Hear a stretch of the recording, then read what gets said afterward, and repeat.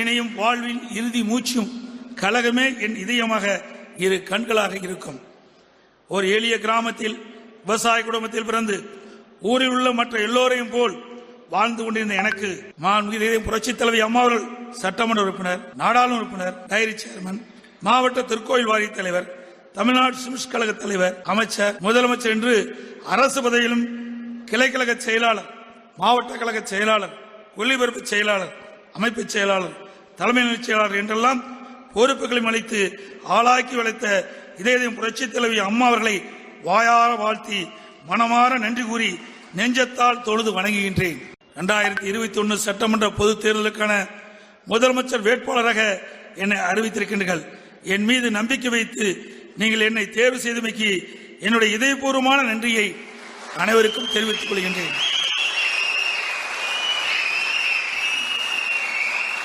எந்த நேரத்திலும் எந்த சூழலிலும் எந்த சுயநலத்திற்காகவும் கழகத்தை விட்டு விலகாதவன், பலமுறை கழக போராட்டங்களில் பங்கு பெற்று சிறை சென்றவன், உண்மை விசுவாசி என்பதை தவிர எனக்கு வேறு தகுதியில் இருப்பதாக நான் நினைக்கவில்லை. இப்போது சொல்கின்றேன், நான் கழகத்தின் விசுவாசமிக்க தொண்டன், உறுதியாக கூறுகிறேன். பொன்மனச்செம்மல் புரட்சித் தலைவர் டாக்டர் எம்ஜிஆர், இதயம் புரட்சித் தலைவி அம்மா ஆகியோரது அருளாசியோடும் கடந்து வந்து வெற்றிகரமாக இந்த சட்டமன்றத்தின் நிறைவையும் அடுத்தது நமது ஆட்சியே என்ற நம்பிக்கையோடும் சாதித்து காட்டிக் கொண்டிருக்கின்றோம். நான் எங்கோ ஒரு குக்கிராமத்தில் இருந்து வந்த எளிய மனிதன்.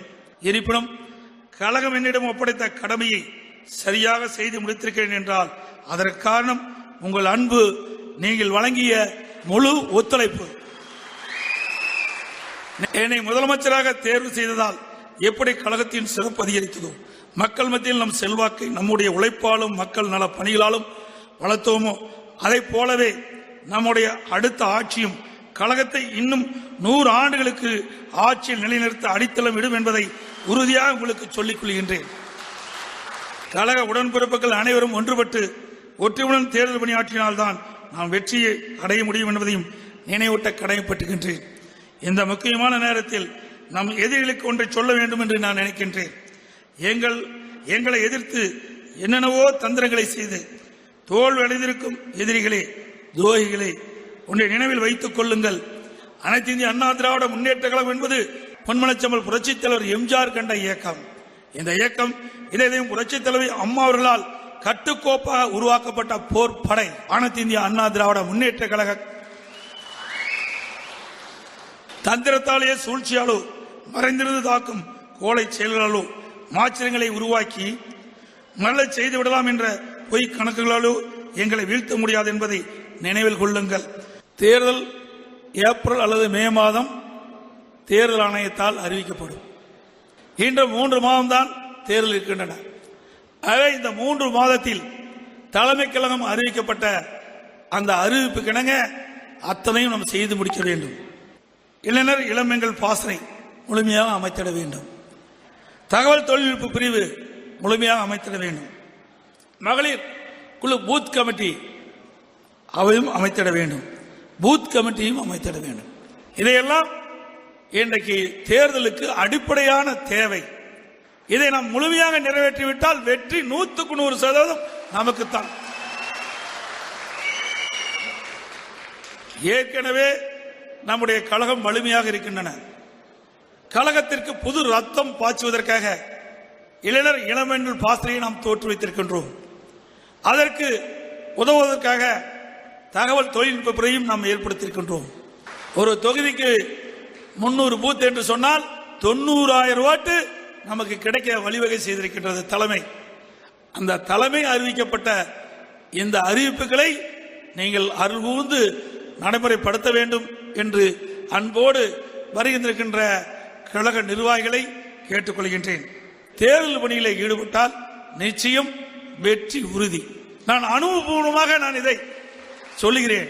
இன்றைக்கு தேர்தல் வியூகத்தை சரியான முறையில் அமைத்துவிட்டால் 100% நம்முடைய நிற்கின்ற வேட்பாளர் வெற்றி பெறுவது உறுதி. நமக்கு விழக்கூடிய ஒவ்வொரு வாக்கும் மிக முக்கியம். ஆகவே அதை தலைமை கழகம் அறிவிக்கின்ற அறிவிப்புக்கு இணங்க தேர்தல் வியூகத்தை வகுத்து சிந்தாமல் சிதறாமல் நமக்கு விழக்கூடிய வாக்குகள் அனைத்தும் பதிவைக்க வேண்டும் என்று அன்போடு இங்கே வருகின்ற நிர்வாகிகளை கேட்டுக்கொள்கின்றேன். முதலமைச்சர் என்பது ஒரு பணிதான். இங்கே வருகின்ற மேடையில் அத்தனை பேரும் முதலமைச்சர் என்றுதான் நான் கருதுகிறேன்.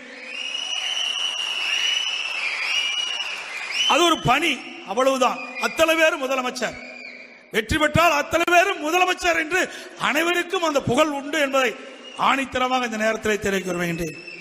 2014 நடைபெறுகின்ற சட்டமன்ற பொதுத் தேர்தலில் கழகத்தினுடைய முதலமைச்சர் வேட்பாளர் அறிவித்த அத்தனை நல்ல உள்ளங்களுக்கும் நன்றி நன்றி நன்றி தெரிவித்து,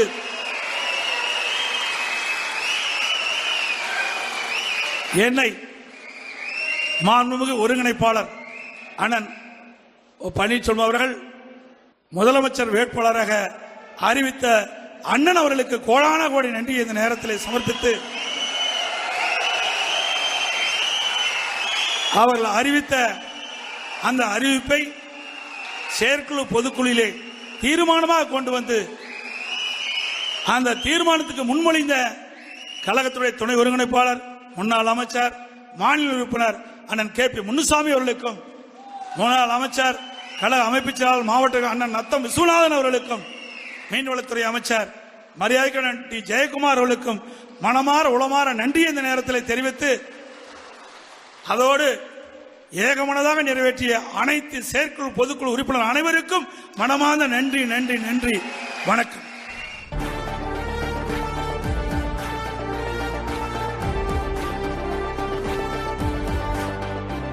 வளர்ச்சி பாதையில் முதலிடம், மகிழ்ச்சி பாதையில் தமிழகம், வெற்றி நடை போடும் தமிழகம்.